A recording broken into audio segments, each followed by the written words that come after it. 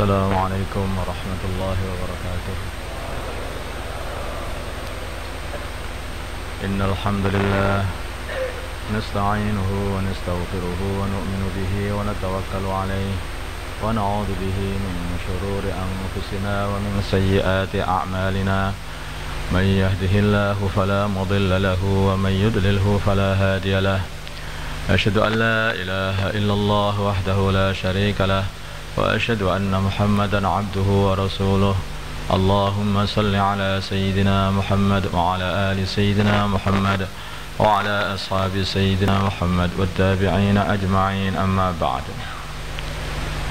Hadirin yang dimuliakan Allah Subhanahu wa taala, perkara yang paling penting adalah bagaimana kita hidup di dunia ini mendapat ridha Allah Subhanahu wa taala. Kalau Allah sudah ridha, maka artinya kita ini akan mendapatkan kesuksesan di dunia ini dan kesuksesan selama-lamanya di akhirat. Kalau Allah sudah ridha, maka artinya kita nanti di dunia dicintai oleh Allah dan akhirat dicintai oleh Allah. Kalau kita mendapat ridha Allah, artinya kita akan dikumpulkan nanti di akhirat bersama orang-orang yang soleh, para nabi, para rasul, siddiqin, syuhada dan salihin. Maka hadirin yang dimuliakan Allah Subhanahu wa taala, dulu dunia ini tidak ada kita, kemudian kita hadir di dunia ini, dan suatu hari di dunia ini tidak ada kita lagi. Maka kalau kita hitung, mungkin 100 tahun sebelum hari ini, semua yang hadir ini tidak ada. Dan 100 tahun setelah hari ini, wallahu a'lam, kemungkinan juga sudah bersih ini, transmigrasi semuanya, akhir. Maka hadirin, lalu untuk apa Allah Subhanahu wa taala titipkan sebentar kita ini di dunia ini? Tentu saja Allah Subhanahu wa taala menitipkan kita di sini ini barang sebentar. Mungkin hanya ada yang dititipkan di sini semenit 2 menit langsung ke akhirat, keluar masih bayi langsung ke akhirat. Ada yang dititipkan di sini ini sampai masa remaja, kemudian sampai ke akhirat. Maka pasti yang hadir ini diantaranya ada orang-orang yang mempunyai anak-anaknya yang sudah mati. Ada pula yang mempunyai orang tuanya yang sudah mati, sudah banyak gitu. Maka hadirin yang dimuliakan Allah SWT, untuk apa ini? Hadirin, ternyata mampir kita ke dunia ini yang mungkin hanya sehari 2 hari atau agak panjang lagi, ada yang 20 tahun, ada yang sampai 30, 50, 60, bahkan ada pula yang agak lama kelihatannya, yaitu sampai 100 tahun, jarang sekali tapi. Maka hadirin, akhir-akhirnya pun sepanjang-panjang umur manusia di dunia ini, akhirnya tetap balik juga, tanah hanya dimampirkan saja di sini, yaitu balik ke akhirat. Balik ke akhirat. Hadirin, tentu saja ada maksud dari Allah Subhanahu wa taala menitipkan umat manusia ini di dunia. Kenapa kok langsung enggak di akhirat sana saja? Kenapa kok tidak di dunia? Nah itu kan sebagian mau masuk neraka, masuk surga. Kalau Allah kehendaki yang dibagi aja, separuh masuk neraka, separuh masuk surga, gitu kan selesai. Tapi tidak, ditaruh di dunia ini, manusia dikasih ujian, yaitu ujiannya siapa yang taat kepada Tuhannya akan dimasukkan surganya, siapa yang mendurhakai Tuhannya maka akan dimasukkan di nerakanya. Maka hadirin yang dimuliakan Allah Subhanahu wa taala, mulai kita balik maka langsung semua amalan-amalan kita telah dihitung oleh Allah Subhanahu wa taala. Amalan baik ataupun amalan buruk. Semua amalan baik dihitung dan lipat gandakan sampai 10 kali lipatnya. Semua amalan buruk juga dihitung dan tercatat sebagai amalan buruk. 1 dihitung 1 dihitung 1. Ini kerahmatnya Allah. Allah itu maha pengasih kepada hamba-hambanya. Hamba mau mengamalkan amalan kebaikan 1 saja, maka dihitung 10. Al-hasanatu bi'ashri amsalihah. Setiap 1 hasanah dihitung 10 kali lipat, sampai berlipat-lipat dengan kelipatan yang tidak dapat kita ketahui. Minimalnya 10 kali lipat. Kemudian kalau kita ini amal buruk, maka oleh Allah Subhanahu wa taala 1 keburukan ya hanya dihitung 1. Alangkah sayangnya Allah kepada hamba-hambanya ini. Maka orang yang durhaka kepada Allah di dunia ini, ya sudah kenemenan betul itu, sangat-sangat durhaka. Sudah dimurahi tetapi masih mendurhakai. Ditempatkan di dunia, di bumi milik Allah Subhanahu wa taala, mendurhakai Allah. Dikasih makanan tetap mendurhakai, dikasih minuman tetap juga bermaksiat, dikasih kesehatan sehingga bisa bernafas dengan lega tetap juga bermaksiat. Hadirin yang dimuliakan Allah Subhanahu wa taala, sebetulnya orang itu kalau durhakai Allah, nggak ke Tuhan itu sebetulnya itu sekali saja itu sudah itu dibuang sana kudarusnya itu. Tetapi Allah Subhanahu wa taala betul-betul sayang kepada hambanya, maka masih juga dikasih kesempatan. Ini siapa yang mau bertobat, maka aku terima tobatnya. Siapa yang mau berdoa, maka aku kabulkan doanya. Terus saja, Masya Allah. Maka pintu tobat terus dibuka oleh Allah Subhanahu wa ta'ala, terus dibuka sampai nanti matahari muncul dari barat, selalu dibuka. Maka hadirin yang dimuliakan Allah Subhanahu wa ta'ala, bukan hanya itu saja. Barang siapa sholat 5 waktu, maka dosa-dosanya akan diampuni antara sholat dengan sholat. Barang siapa sholat Jumat, maka dosa-dosanya akan diampuni antara Jumat dengan Jumat ditambah 3 hari. Coba, banyak lagi rahmatnya Allah, banyak lagi rahmatnya Allah. Maka hamba ini kok sampai dia itu masuk neraka semua, itu ya hamba yang paling celaka sebetulnya itu. Maka hadirin yang dimuliakan Allah Subhanahu wa ta'ala, dalam kondisi seperti ini seharusnya apapun yang terjadi kepada diri kita, ini harusnya kita ini tidak usah mengadu kepada siapapun. Kalaupun kita mengadu hanya satu saja, hanya kepada Allah Subhanahu wa ta'ala. Karena yang pantas untuk dijadikan tempat mengadu hanyalah Allah. Allah adalah maha pemurah, maha pengasih, lebih ngasihi diri kita melebihi orang tua kita berpuluh-puluh, beribu-ribu kali lipat. Tidak dapat kita hitung. Tetapi kenapa kita ini kadang-kadang kalau ada masalah malah justru yang kita datangi makhluk. Aku ini dapat musibah ini, aku dapat musibah ini. Idza syakauta ila bani Adam fa innama tashkur rahima ila man la yarhamu. Bila mana kamu mengadukan masalahmu kepada anak Adam, sesungguhnya kamu telah mengadukan zat yang maha pemurah kepada orang yang tidak pernah memurahi kamu, zat yang maha pengasih kepada orang yang tidak pernah mengasihani kamu. Semua yang membuat ini adalah Allah. Semua yang kita rasakan ini dari Allah Subhanahu wa taala. Apakah itu musibah ataupun itu kelihatannya aja musibah, atau itu nikmat, itu semua dari Allah Subhanahu wa taala. Kita ini telah banyak dikasih nikmat. Banyak sekali dikasih nikmat oleh Allah.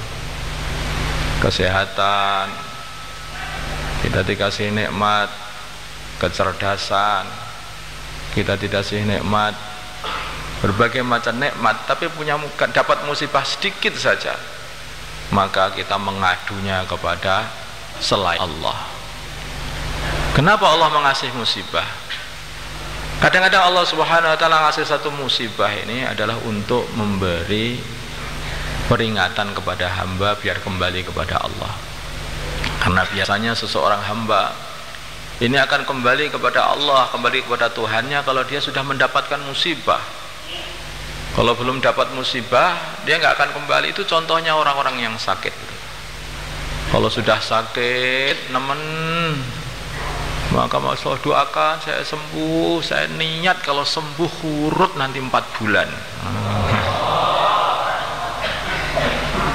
Sekarang belum sakit, kalau mau urut sekarang saja. Maka hadirin, iya, kalau sudah sakit baru ingat kepada Allah. Kalau sudah sakit pengen istiqomah sholat tahajud.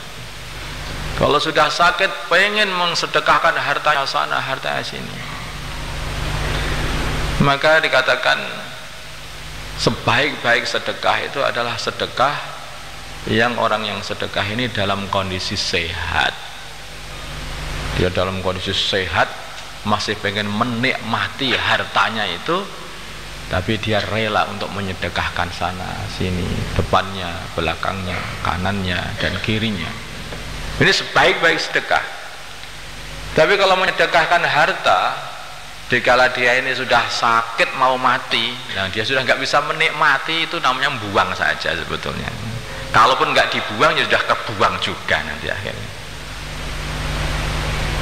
Ya daripada nggak menyedekahkan. Nah. Maka hadirin yang dimuliakan Allah Subhanahu wa taala, itulah kadang-kadang kita diuji sakit sedikit gitu. Maka kalau kita diuji sakit, apakah itu, maka kembalilah kepada Allah. Ya Allah, ya Allah, aku sakit ya Allah. Nah, coba gitu aja.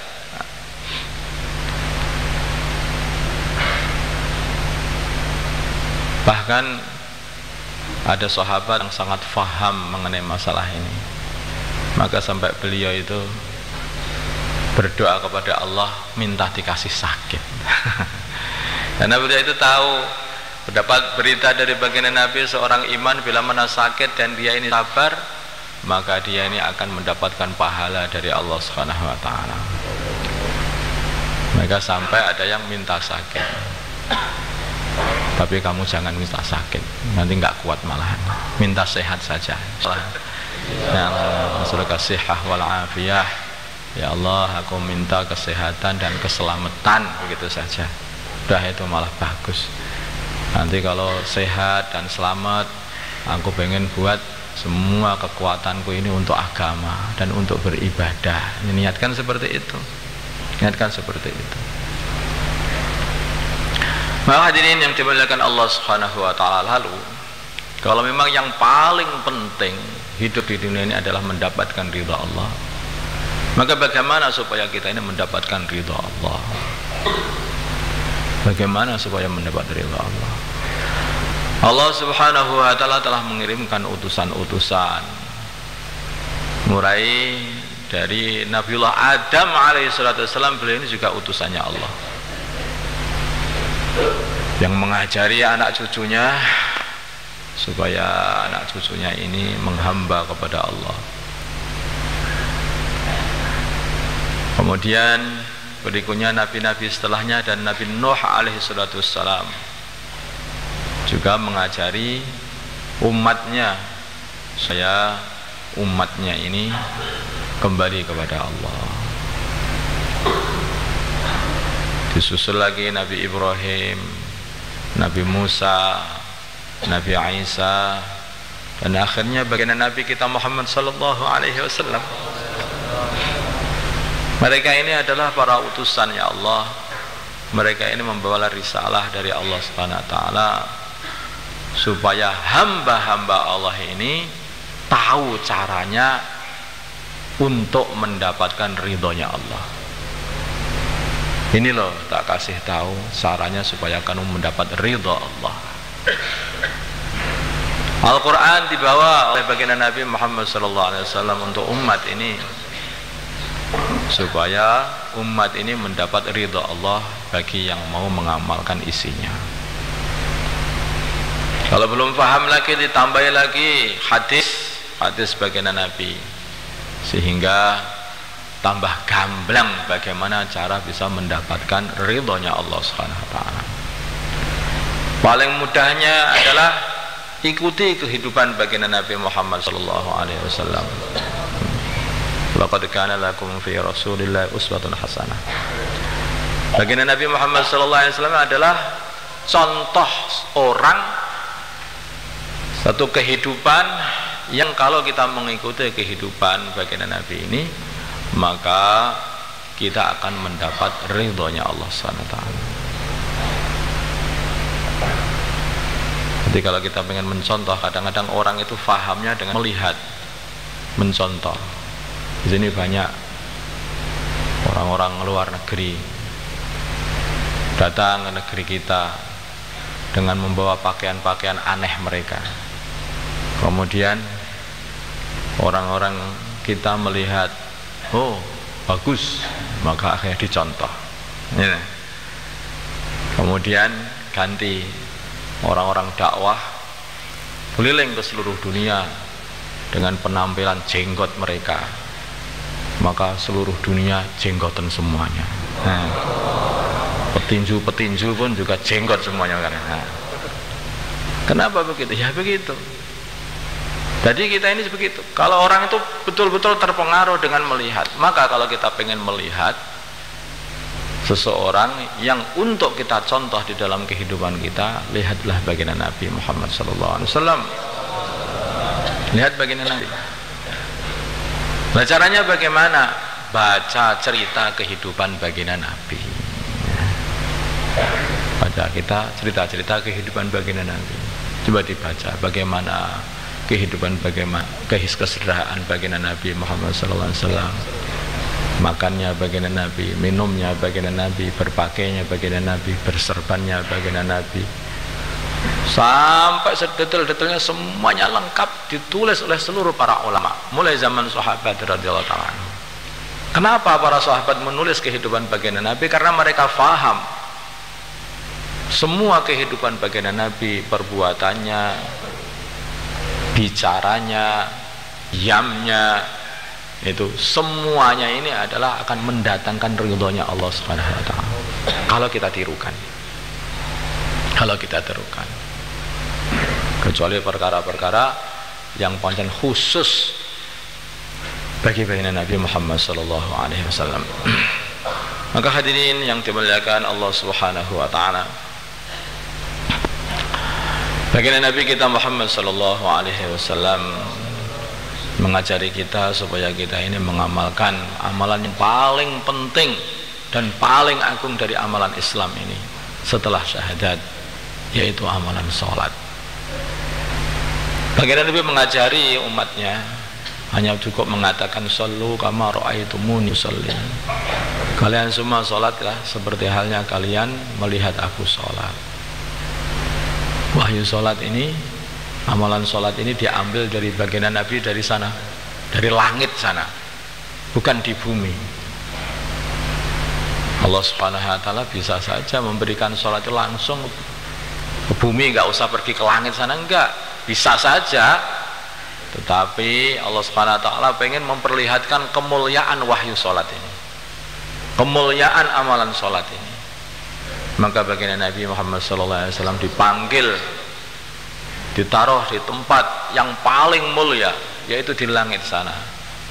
Kesananya naik kendaraan buraq, kendaraan yang tidak pernah dipakai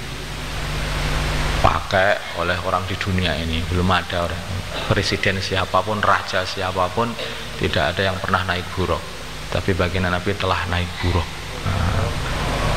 pelencing itu saja sudah sampai akhir, cepat sekali itu. Maka hadirin yang dimuliakan Allah Subhanahu wa taala, di tempat sana yang tinggi sekali, di sanalah baginda Nabi Muhammad SAW mendapat amalan sholat ini. Maka hadirin, saking inilah baginda Nabi betul-betul faham bahwa sholat ini adalah perkara yang sangat-sangat penting. Maka baginda Nabi habiskan waktunya, waktu malam untuk sholat, sehingga kedua telapak kakinya itu bengkak-bengkak saking banyaknya sholat. Kenapa harus seperti ini? Hadirin, itu perkara biasa. Itu baru Pak Tani saja itu. Pak Tani itu faham mengenai fadilahnya dan kehebatannya sawah.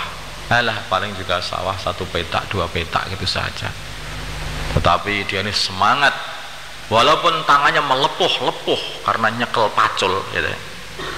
Hadirin, sampai melepuh karena macul terus, tapi terus saja tidak mau berhenti. Pak, berhentilah Pak, 40 hari saja berhenti. Wah, gak iso, itu gak bisa. Nah, suruh berhenti gak mau, pengennya terus macul terus. Maka hadirin, kalau orang faham mengenai sholat, suruh berhenti gak bisa, gak bisa. Walaupun sudah bengkak telapak kakinya pun gak bisa berhenti sholat. Maka perkara itu bukan perkara yang aneh.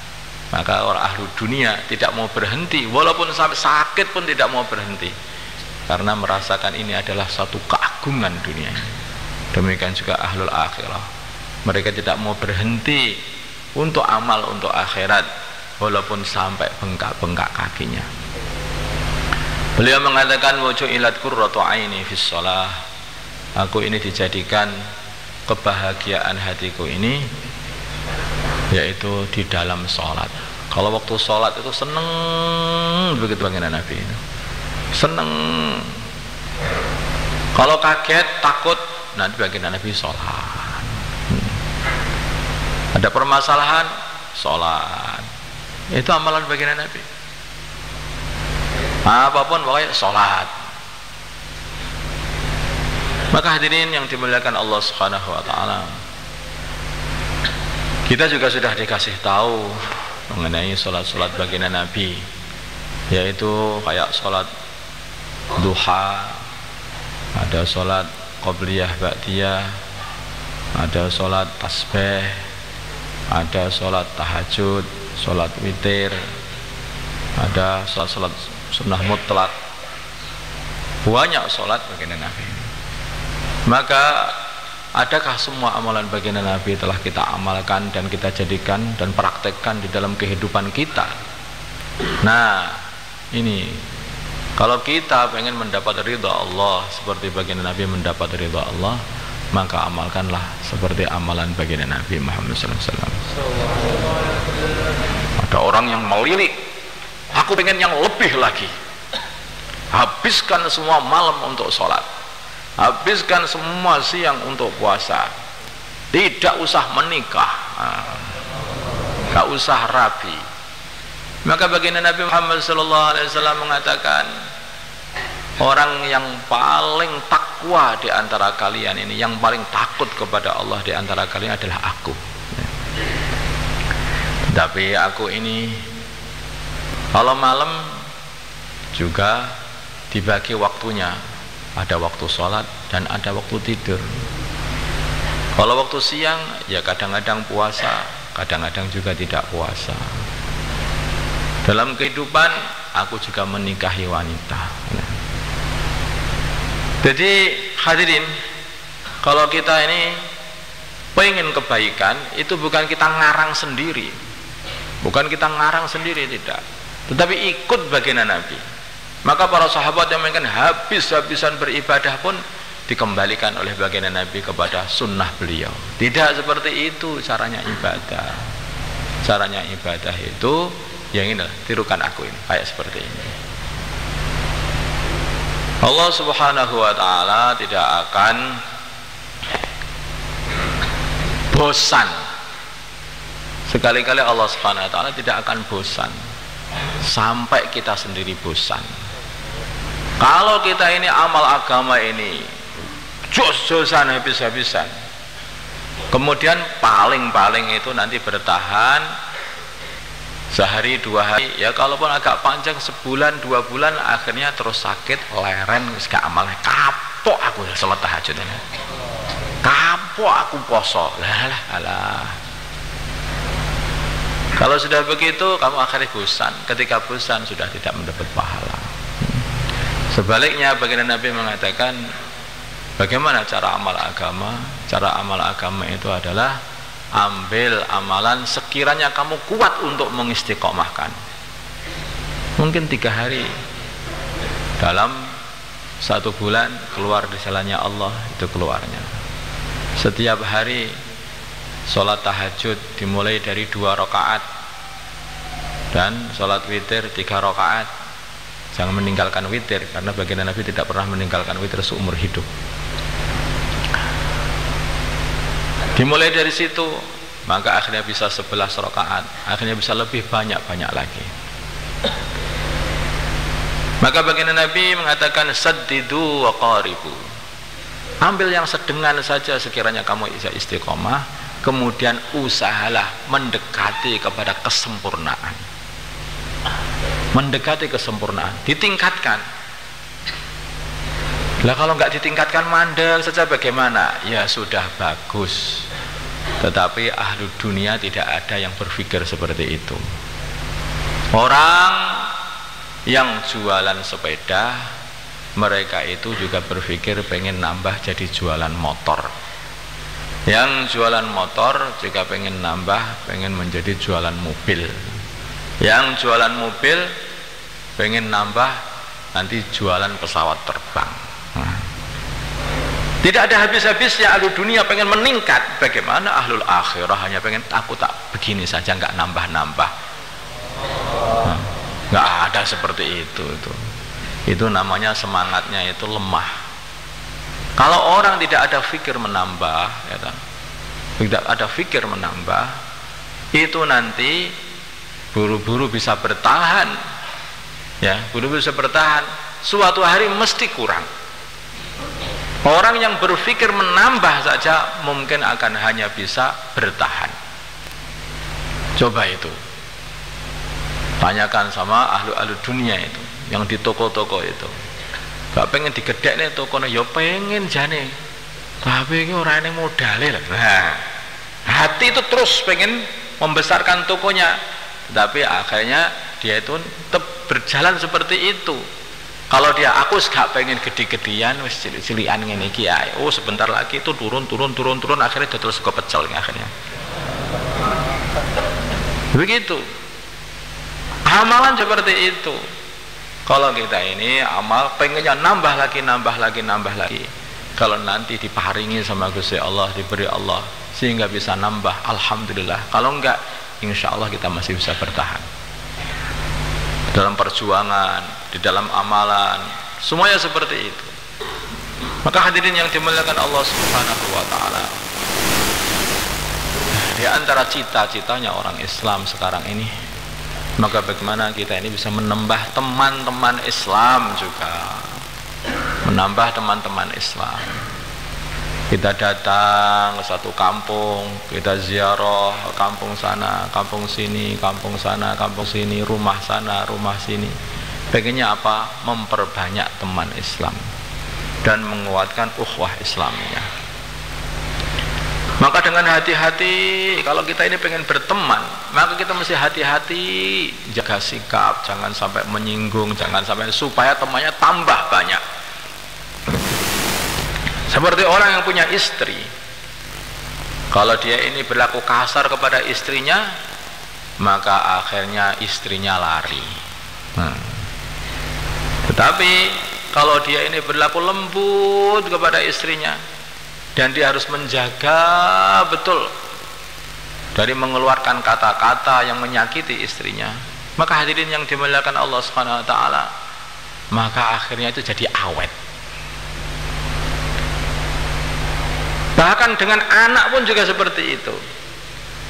Kalau kita ini berlaku kasar kepada anak kita, Walaupun anak kita setiap hari kita kasih makan, habis kita kasih makan kita tempelengi cuma seperti itu.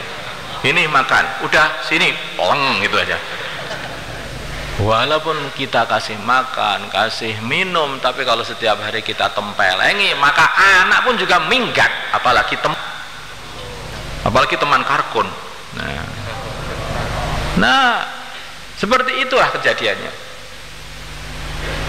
Maka kita ini harus punya batasan.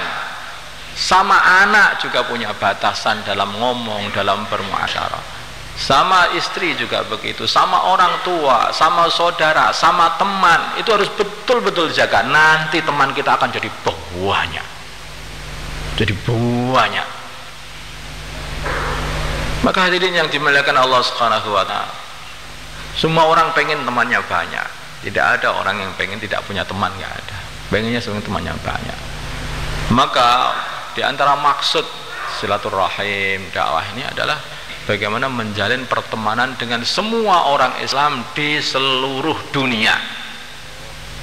Kita datangi ke negeri-negeri yang jauh-jauh, ketemu dengan saudara Islam kita, ketemu sana, ketemu sini, berteman, silaturahim, kenalan. Syukur-syukur nambah lagi pertemanan ini bukan hanya pertemanan untuk datang, ziarah dan makan minum begitu saja di situ, tapi ditambah lagi juga diadakan kerjasama menghidupkan masjid. Alangkah baiknya, insya Allah ya. Nah, kemudian syukur-syukur lagi nanti kita bisa bertambah lagi pertemanan ini, bukan hanya menghidupkan masjid di situ saja, tapi bareng-bareng keluar bareng-bareng ke seluruh dunia lagi. Masya Allah, ini maksudnya seperti itu. Makanya dakwah itu kalau pikirannya adalah untuk semua orang Islam itu benar, tapi dakwah kok pikirannya itu kamu orang mana, orang pulamu, Jamila, kamu orang ini pula, Jamila. Nah, kalau sudah seperti ini, dakwah yang seperti ini bukan dakwah caranya baginda Nabi, bukan seperti itu. Maka baginda Nabi dimulai dari satu orang, Sayyidina Abu Bakar As-Siddiq radhiyallahu ta'ala anhu, dengan akhlak beliau, maka Sayyidina Abu Bakar ikut baginda Nabi. Maka tambah lagi Sayyidina Utsman, Sayyidina Ali, Sayyidina semua para sahabat, Sayyidina Talha,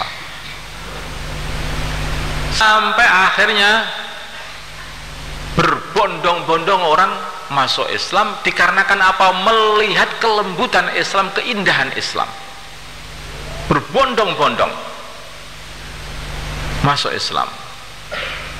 Maka yang dimuliakan Allah adalah bagaimana mereka itu rela hati untuk masuk Islam, karena melihat keindahan Islam. Seumpama Islam itu kuasar, welek, seumpama seperti itu, maka semua orang itu akan meninggalkan Islam.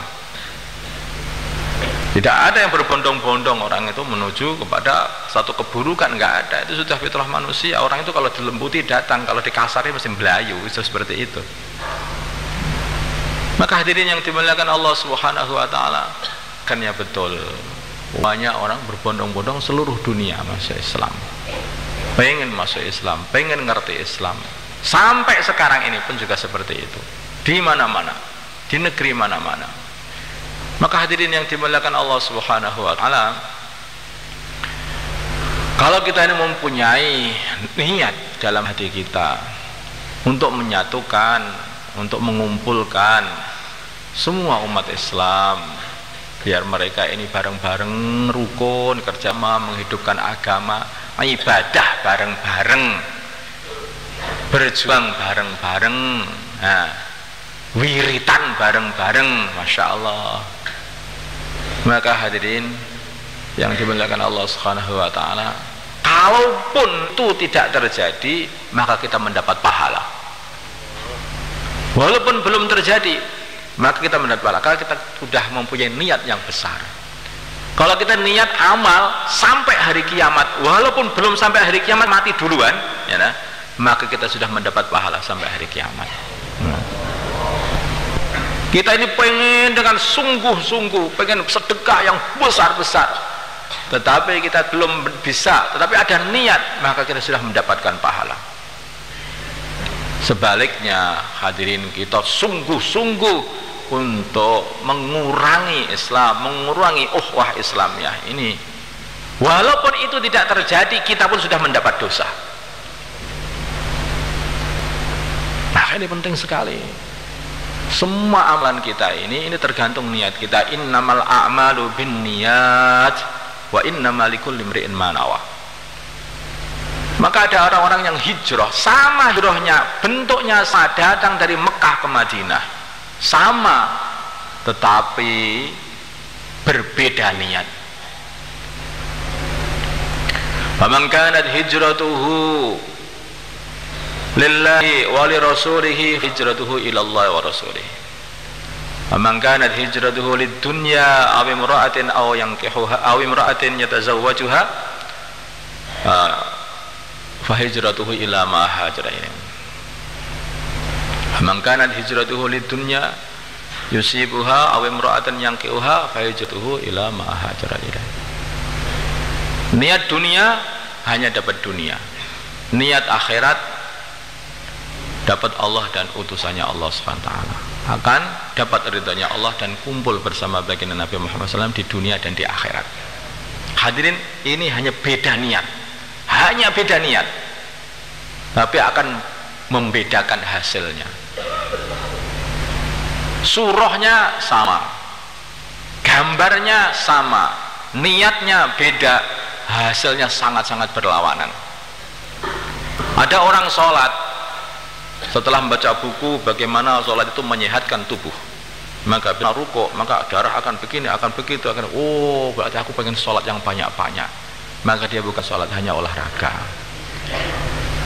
Kemudian ada orang yang sholat, dia mengerti fadilah sholat, pengen ikut baginda Nabi, pengen mendapatkan ridhonya Allah Subhanahu wa taala, akan berbeda jauh. Gambarnya sama, niatnya beda, hasilnya beda. Ada orang membangun masjid, baginda Nabi membangun Masjid Nabawi, maka hadirin yang dimuliakan Allah Subhanahu wa taala, maka masjid ini mendapat ridha Allah Subhanahu wa taala. Mendapat ridha Allah Subhanahu wa taala. Baginda Nabi membangun Masjid Kuba, maka di sana ada orang-orang yang menghidupkan Masjid Kuba, maka orang-orang Kuba mendapat ridha Allah Ta'ala. Tapi ada orang-orang munafikin yang mereka membangun masjid, niatnya apa? Untuk nyaingi Masjid Kuba, menyaingi masjid-masjidnya baginda Nabi, membuat permusuhan. Maka hadirin yang dimuliakan Allah Subhanahu wa taala, maka masjid itu tidak dibarokai oleh Allah Subhanahu wa taala. Tidak dibarokai Allah Subhanahu wa taala. Beda sama sekali. Maka apapun itu niatnya diluruskan. Walaupun itu kelihatannya ibadah, walaupun itu kelihatannya perjuangan, luruskan niat. Luruskan niat semata-mata hanya untuk mencari ridha Allah. Dulu bagaimana Nabi, maka itu ditirukan. Dulu bagaimana niatnya baginda Nabi, maka itu aja yang ditirukan. Sudah, tidak usah ngarang sendiri. Insya Allah bang ya? Insya Allah kalau dakwah itu seperti itu nanti barokah. Kita barokah. Kita ikut saja apalan. Kapan tadi tekannya barokah itu kapan? Stop, pokoknya ikut aja nanti barokah. Ikut pakai melok Kanjeng Nabi ngono tok wis barokah. Dah. Kan seperti Bani Israel gak sabar itu loh. Bani Israel itu ikut Nabi Musa alaihissalam, mereka itu enggak sabar. Qalu udhina min qabli an ta'tiyana wa min ba'di ma ji'tana.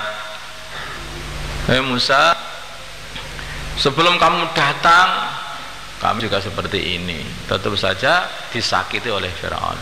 Setelah kamu datang aku ikut kamu, sama saja, enggak ada bedanya. Tetap saja begini. Ini enggak sabar. Bani Israel itu enggak sabaran. Lah kita ini Bani Israel apa duduk ini umat Kanjeng Nabi no Bani Israel ya. Nek umat Kanjeng Nabi niku sabaran, Pak. Kanjeng Nabi niku sabar, sedang manut begitu. Dulu baginda Nabi Muhammad sallallahu alaihi wasallam Kita ketika perjalanan Isra Mi'raj dikasih 2 minuman, susu dan khamr.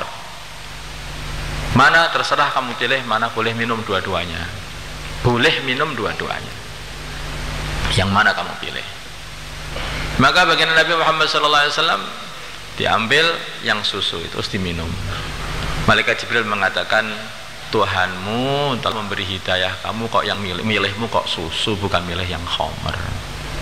Nah, kenapa? Sumama kalau milih khamr nanti umatmu tuh ngewengkelan itu nah, karena kamu milih susu nanti umatmu itu akan ikut manut itu. Nah itu ya. Makanya umat Muhammad itu gak seperti Bani Israel, itu manut itu Muhammad itu. Karena dulu baginda Nabi itu yang ketika disuruh milih susu. Maka hadirin yang dimuliakan Allah Subhanahu wa taala, barokah mesti didatangkan. Kalau kita ini sudah ngamalkan agama ini, mesti semua masalah akan diselesaikan oleh Allah. Maka Nabi Musa mengatakan, qala asa rabbukum ayyuhlika aduwakum wa yastakhlifa fil ardi fayanzura kaifa ta'malun. Oh, beda. Kamu sebelum datangnya aku, lah kamu bijaling-beling, ya pantas saja kamu itu disakiti sama Fir'aun. Nggak ada yang nolong. Tapi begitu kamu sudah menghadap kepada Allah, nah, beribadah kepada Allah, menghamba kepada Allah, diplay kepada Allah, kok masih disakiti Fir'aun, ya berarti artinya Allah mau menghancurkan musuh-musuhmu. Karena dia menyakiti wali-walinya Allah. Man adali waliyan adantuhu bil harb. Siapa saja yang menyakiti waliku, satu waliku, maka aku umumkan, aku perang dengan dia. Allah SWT katakan seperti itu. Maka untuk menjadikan kemenangan Islam, cukup ini bisa menangkan hawa nafsu kita apa enggak? Kalau kita bisa mengalahkan hawa nafsu kita, maka musuh-musuh sudah kalah sendiri nanti. Tapi kalau kita tidak bisa mengalahkan hawa nafsu kita, wong diri kita sendiri nggak bisa mengalahkan, bagaimana bisa mengalahkan musuh? Insyaallah ya. Nah, maka perbaiki diri. Nah, ikut terus amalkan agama. Walaupun hujan, amalkan agama juga. Nah, ini hujan-hujan seperti ini. Tetap amalkan agama. Ada apapun jangan berhenti mengamalkan agama. Insya Allah suatu hari masih akan datang nusrahnya Allah, pertolongan Allah Subhanahu wa taala. Insyaallah ya. Maka siapa yang ada niat untuk mengamalkan agama, menghidupkan agama dan menyatukan umat Islam di seluruh dunia ini, siapa saja, dan kita akan datangi seluruh umat Islam, apakah itu yang kopiahan atau yang tidak kopiahan, yang pakai jubah atau yang pakai kaos, yang pakai sarung atau yang pakai celana panjang ataupun celana pendek, ya kita datangi semuanya, karena mereka itu adalah saudara Islam kita. Insya Allah ya. Siapa yang ada semangat untuk menghidupkan ini, Pak? Monggo. Mari hubungan ziarah kepada saudara-saudara Islam kita. Mari. Niatnya ke seluruh dunia. Monggo. Bismillah. Monggo, Pak. Silakan dimulai dari Takazah 4 bulan negeri jauh. Monggo, Pak. Bismillah. Niat 4 bulan negeri jauh. Silakan. Mari. Negeri yang jauh-jauh. Mari. Beberapa negara sudah terbuka untuk kita datangi jamaah sekalian. Masya Allah. Mari. Jamaah-jamaah dari Temboro, dari At-Takwim, dari Al-Faiz yang akan berangkat ke Mesir. Mari. Mana jamaah Mesir? Sekarang ahlu dunia seneng-seneng, Pak. Mereka sama keluar ke negeri yang jauh-jauh demi untuk nonton Piala Dunia. Tapi bagaimana kita ini pergi ke jauh-jauh demi untuk ziarah saudara-saudara Islam kita. Insyaallah enggak? Monggo bismillah. Mari, Pak. Mari. 4 bulan makin jauh. Mari. Yang sudah ada jamaah bayangan dari Alako, dari kawannya masing-masing, boleh daftarkan lagi. Malam Jumat adalah malam untuk menjaga niat. Monggo bismillah. Mari insyaallah. 4 bulan negeri jauh, silakan berdiri. Mari, Pak. Kita hantarkan jamaah ke seluruh dunia dari markas kita. Apa? Oh, bismillah. Niat gratis. Apa nek gratis ini mboten patek bermutu mun bayar. Nah, ngeten. Nah, bayar malah gak gelem. Monggo bismillah. Monggo Pak. Mari Pak, jemaah untuk berangkat ke luar negeri. Mari jemaah sekalian. Silakan. Yang niat. Silakan Pak, jemaah ke luar negeri, negeri jauh atau negeri-negeri yang lain. Mari Pak, sekarang niatnya dan nanti berangkatnya dimusyawarahkan. Silakan, silakan. Yang dalam negeri Pak, monggo 4 bulan dalam negeri. Sudah nggak apa-apa 4 bulan atau 40 hari dalam negeri, maka silakan. Silakan. 4 bulan 40 hari dalam negeri, silakan. Monggo bismillah. Pasar-pasar hidup, konser-konser hidup, toko-toko hidup, terminal-terminal hidup. Dakwah jangan lupa, harus hidup juga. Mari Pak, silakan. Dakwah juga harus hidup, masjid harus hidup. Monggo Pak, bismillah. Silakan Pak, silakan. Berdiri Pak, berdiri. Baik yang dari kawasan Temboro ataupun tamu-tamu dari luar daerah, boleh juga keluar di sini jamaah sekalian. Monggo Pak, bismillah. Kalau ahlu dunia menghidupkan konser-konser musik, maka kita akan menghidupkan dakwah. Nah. Monggo bismillah. Mari Pak, mari. 4 bulan 40 hari dalam negeri termasuk setahun. Ustaz sudah banyak yang keluar setahun. Monggo, bismillah. Alumni pesantren setahun. Yang keluar setahun juga boleh. Silakan Pak, setahun. Alumni pesantren, sekarang niatnya berangkatnya dimusyawarahkan. Dengan pondok dimusyawarahkan. Mari, sekarang niatnya 4 bulan 40 hari, setahun. Silakan.